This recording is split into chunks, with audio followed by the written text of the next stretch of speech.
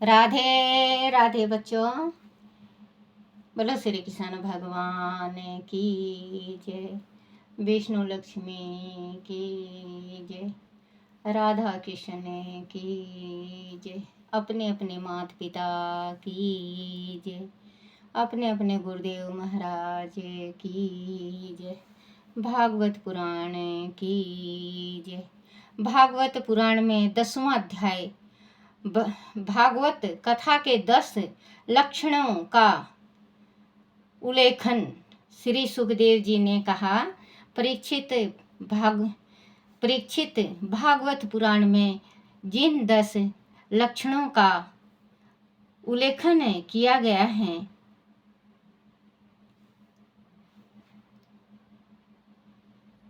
है वह इस प्रकार हैं। सर्ग, विसर्ग, स्थान, पोषण, उन्नति, मानोतार, ईशानु कथा, निरोध, मुक्ति और आश्चर्य। इन 10 लक्षणों में 10वां लक्षण आश्रय तत्व का सीधा संबंध परमात्मा के आश्रय से है। इस आश्रय को प्राप्त करने के लिए ही प्रथम 9 लक्षणों का उल्लेखन किया जाता है। एक प्रकार से प्रथम 9 लक्षण साधन के अंतर्गत आते हैं और 10वां लक्षण साधन अथवा लक्ष्य है। ईश्वर की प्रेरणा से पंचभूतों जल, पृथ्वी, अग्नि, आकाश और वायु का निर्माण होता है। फिर उनके सम्मिलन से विराट शरीर बनता है और शरीर में 10 इंद्रियां, अहंकार और महतत्व बुद्धि का जन्म होता है। इसे सर्ग कहा जाता है। उस विराट शरीर अथवा पुरुष से उत्पन्न ब्रह्मा जी जिसे चराचर सृष्टि का निर्माण करते हैं उसे विसर्ग कहा जाता है। यह सृष्टि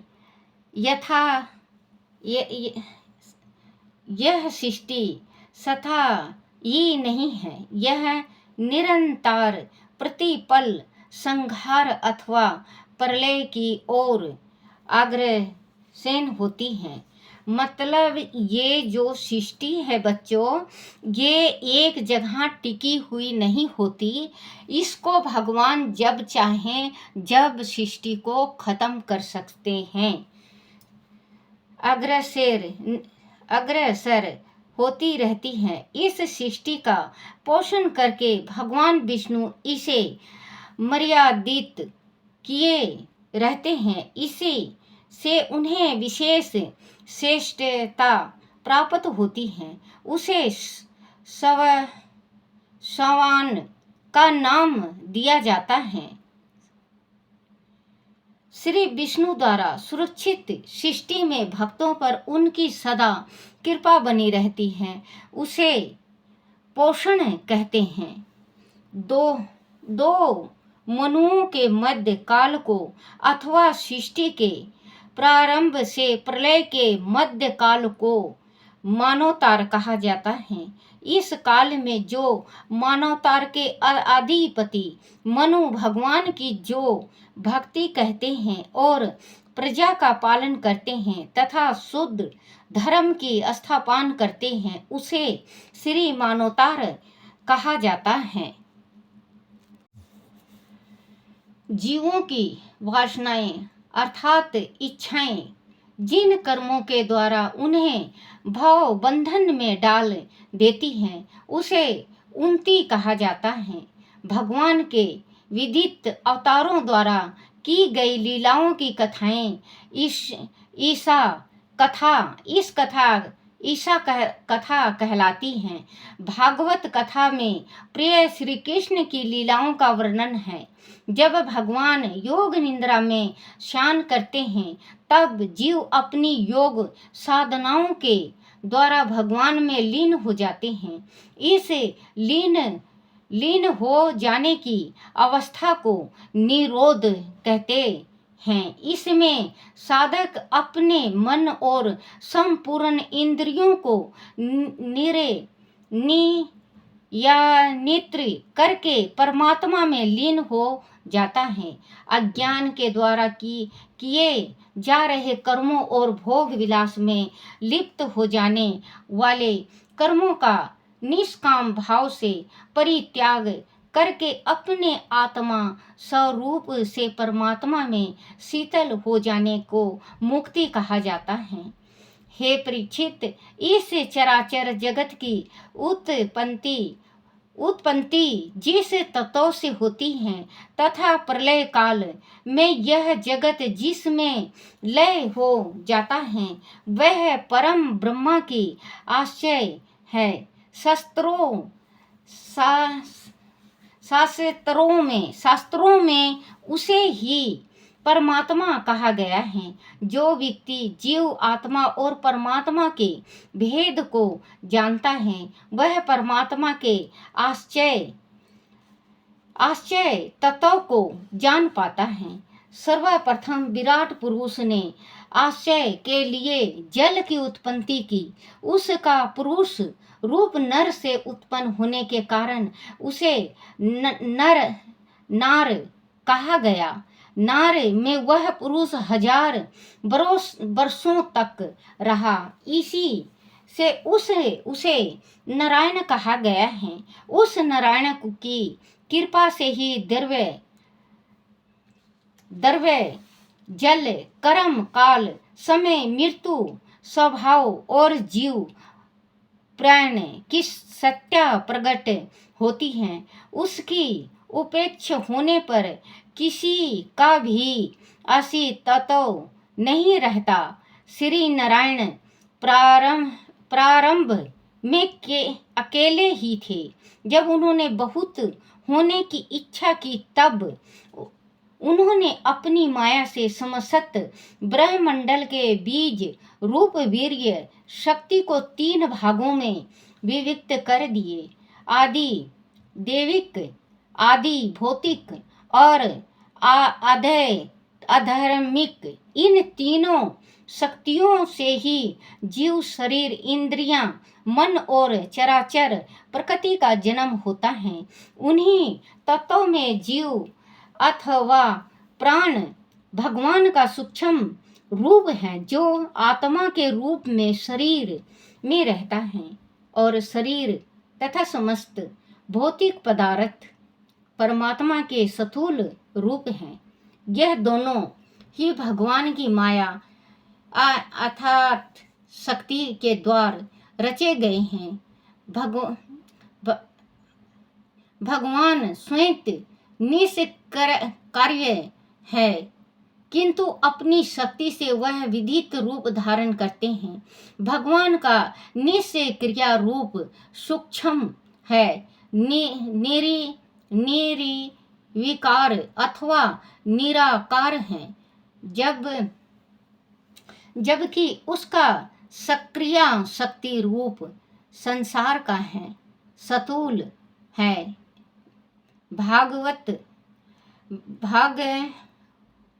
भगवान का यह भौतिक स्वरूप सत्व, राज और तम 3 प्रकार के गुणों से आच्छादित है। सत्व में धर्म है, राज में भोग विलास है और तम में पाप में विनतियां हैं। सत्व से मनुष्य परमात्मा के निकट पहुंचता है, राज से दूर होता है और तम से नरकगामी हो जाता है। बच्चों, जो ये इसमें भागवत पुराण में है, इसमें स्पष्ट लिखा गया है, एकदम बिल्कुल साफ लिखा गया है कि जो धर्म का पालन करता है तो राज मिलता है, जिसके पास बहुत खूब दुनिया भर का खजाना है, दुनिया भर के उसके पास पैसे हैं। तो अगर बच्चे कोई तो धर्म मार्ग पे चल पड़ता है, कोई पाप के मार्ग पे चल पड़ता है, क्योंकि इसमें साफ लिखा है कि भौतिक सत्व मतलब सत्य, राज और तन 3 प्रकार के गुणों से आच्छादित हैं। सत्य में धर्म है, जो सत्य है, जो सत्य मार्ग में चलता है वो धर्म है। राज में जो राज मिलता है, जिसके पास बहुत कुछ, बहुत पैसे रुपए हैं। राज में भोग का मतलब ये होता है, भोग विलास है। भोग विलास का मतलब ये होता है गंदे साथी, गंदे संगत, दोस्त, मदिरा पीना, गंदी चीज खानी, ये सब कुछ होता है बच्चे। तो ये आप लोग मत करा करो। परमात्मा ने, माँ लक्ष्मी ने अगर आपको पैसा दिया है, आप भूखे को दो, कोढ़ी को दो, जो गरीब है उसको दो, दुखिया को दो। जिसकी लड़की जवान हो गई है और उसके घर में कोई गुंजाइश नहीं है, उसके पास पैसे नहीं है लड़की की शादी करो। देखो बच्चों, ये पुण्य का मार्ग है, विलास है। और वह तम का मतलब होता है बेटे, जो तम मैं, कि मैं हूँ, सब कुछ मैं हूँ। देखो, गलती हर एक इंसान कर देता है, गलती करने के बाद वो बहुत पछताता है। गलती इंसान के जिसमें दिमाग में शैतान चढ़ जाता है तो वो इतनी बड़ी गलती कर देता है, लेकिन वो गलती करने के बाद बहुत पछताता है, उसका ज़िंदगी खराब हो जाता है, उसके साथ उसके परिवार का भी जीवन खराब हो जाता है। तो जो भी काम करा करो सोच समझ के, और कदम उठाया करो तो सोच समझ के उठाया करो। 3 प्रकार के। और तम में पाप में विनतियाँ हैं, मतलब ये विनतियाँ हैं। सत्व में मनुष्य परमात्मा के निकट पहुंच जाता है।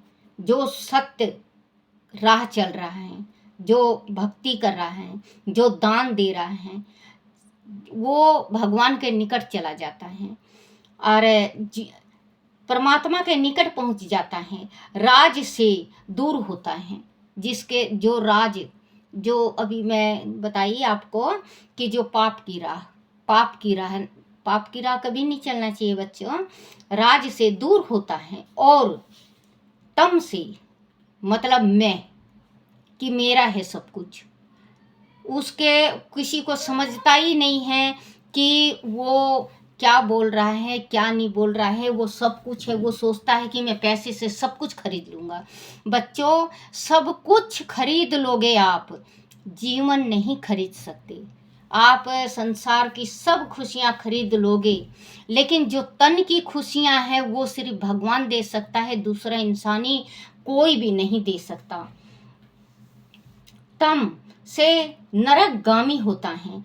जो तम है, जो मैं है, उससे नरक का वास होता है, उसको नरकगामी हो जाता है। संत भगवान सृष्टि के पालन के लिए और धर्म की स्थापना के लिए विष्णु का मानवीय रूप धारण करते हैं और विभिन्न अवतारों के द्वारा जगत का कल्याण करते हैं। प्रलय का समय आने पर वह रुद्र शिव का अवतार लेकर सृष्टि का संहार करके उसे अपने में लीन कर लेते हैं। हे परीक्षित, विभिन्न महात्माओं ने परमेश्वर का यही रूप वर्णित किया है, परंतु तत्वज्ञानी विधानों को केवल सृष्टि पालन और प्रलय करने वाले रूप में ही भगवान के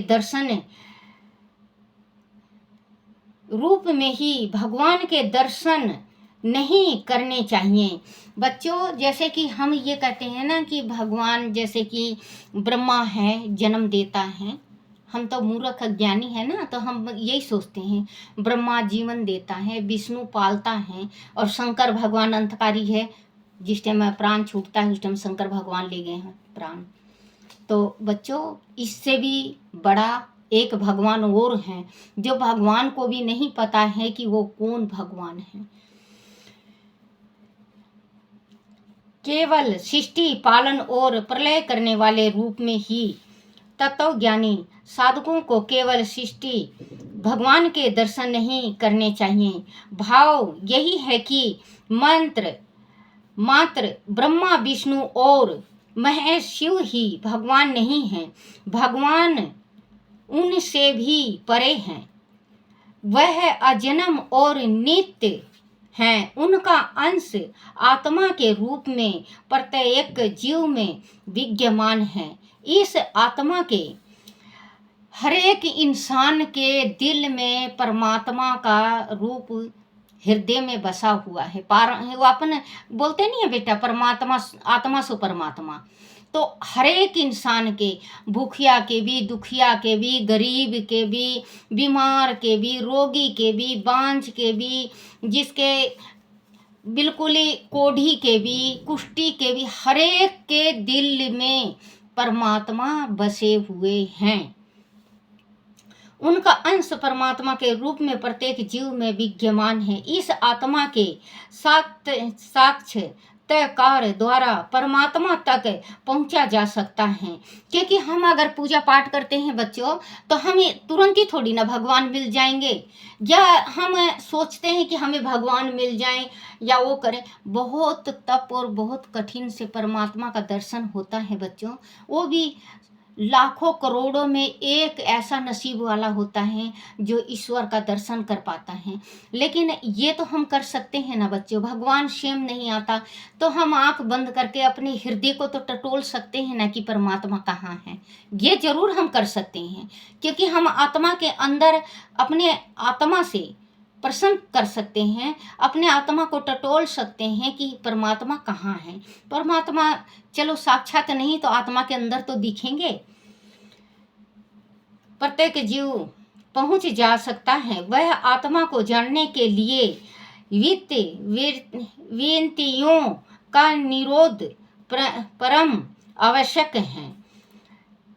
सोनक जी ने सुत जी से पूछा, सुत जी, आपने हमसे कहा था कि भगवान के परम भक्त विदुर जी ने अपने परिवार को त्याग कर विविध तीर्थों का भ्रमण किया था। उस यात्रा में मैत्रेय ऋषि के साथ आत्मा के संबंध में उनकी बातचीत हुई थी। वह कहाँ हुई थी और उन्होंने क्या कहा था? आप विदुर जी का चरित्र सुनाते हुए उसे अध्ययन चर्चा का सारा तत्व हमें सुनाइए। सुत जी ने कहा, सोनकादि ऋषियों राजा परीक्षित ने भी यही प्रश्न श्री सुखदेव जी से पूछा था। उनके उत्तर में श्री सुखदेव जी ने जो कहा उसे ध्यान पूर्वक सुनिए। बोलो श्री कृष्ण भगवान की जय। बोलो राधा कृष्ण की जय। भागवत की जय। शिवाय की जय। ओम नमो भगवते वासुदेवाय। ओम नमो भगवते वासुदेवाय। ओम नमो भगवते वासुदेवाय। ओम नमो भगवते वासुदेवाय। श्री कृष्ण गोविंद हरे मुरारी, हे नाथ नारायण वासुदेवा। श्री कृष्ण गोविंद हरे मुरारी, हे नाथ नारायण वासुदेवा। हे नाथ नारायण वासुदेवा। वासुदेवाय। बोलो श्री कृष्ण भगवान की जय। अपने अपने गुरुदेव महाराज की जय। छोटा सा लड्डू गोपाल की जय।